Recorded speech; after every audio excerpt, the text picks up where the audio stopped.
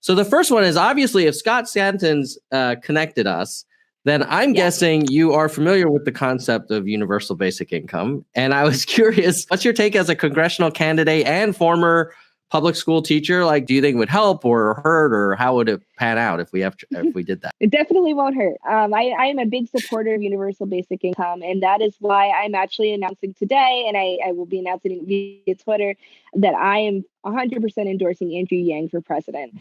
And the reason why, yay! So you're getting the breaking news here that my endorsement Andrew Yang. I've been waiting to do it.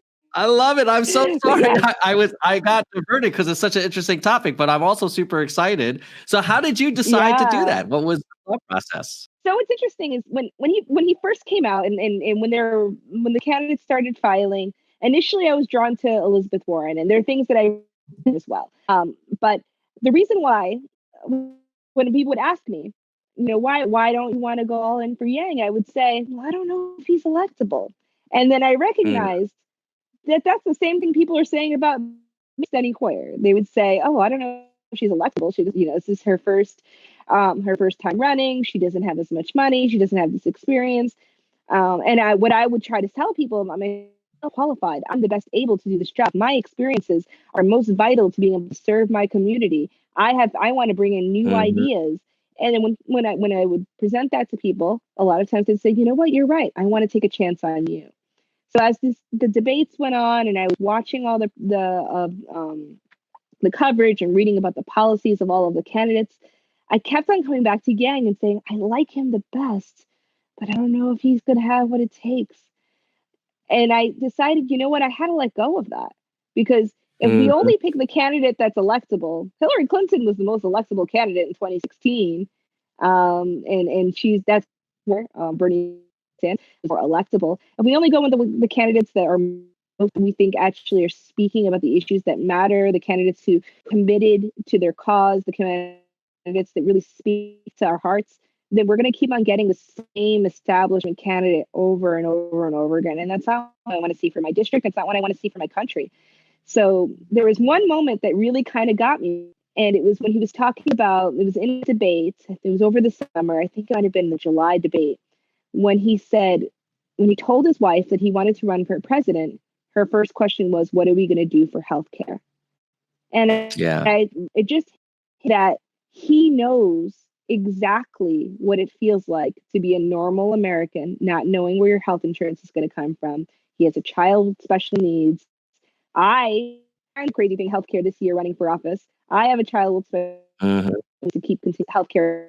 So his ability to just be honest and truthful and show how he gets it really made me want to come out and support him. And so I've been waiting, just because I didn't want to come from a place of deficit, gone through a lot of turmoil. We were really, really struggling financially. And the Yang Gang really pulled us through and over with all those things that we were going through.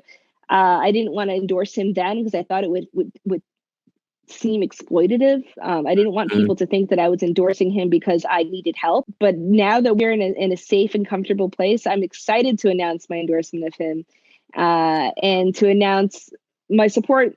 And, like I said, it was because he gets it, but also the universal basic income component. I think universal basic income is long overdue. I would like to consider myself to be a little bit of a civil rights historian. I love to read the works of Malcolm X and Martin Luther King. And so I read a lot of the things that say about universal basic income.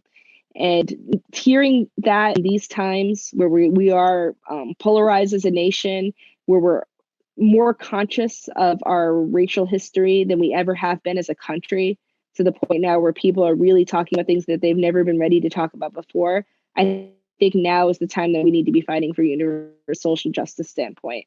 I know that from an economic standpoint, in terms of dealing with our crisis of automation, to me, in my heart, and as a civil rights attorney and as a teacher, is the social justice standpoint. We are not on an equal playing field in this country, and universal basic income won't necessarily do that. I don't have any illusions of universal basic income putting us all on the same playing field.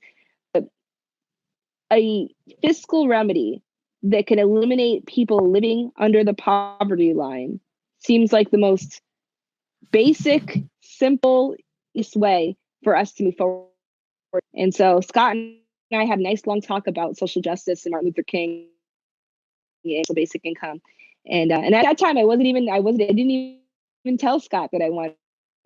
But he was the one that connected us because I feel so wholeheartedly about promoting universal basic income, and I'm excited to be officially joining the Yang Gang today.